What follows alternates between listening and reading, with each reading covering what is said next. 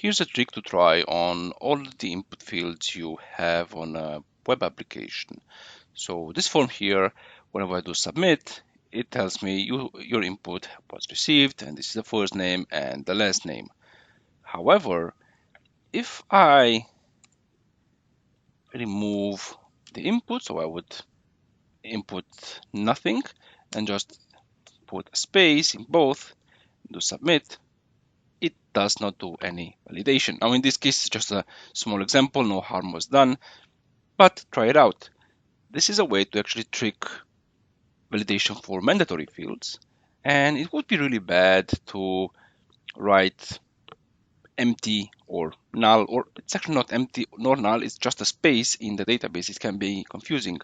The developers need to trim all the empty spaces before sending the input to the database. As always, thank you for watching the video, and I will see you in the next one. Have a good one, and bye bye.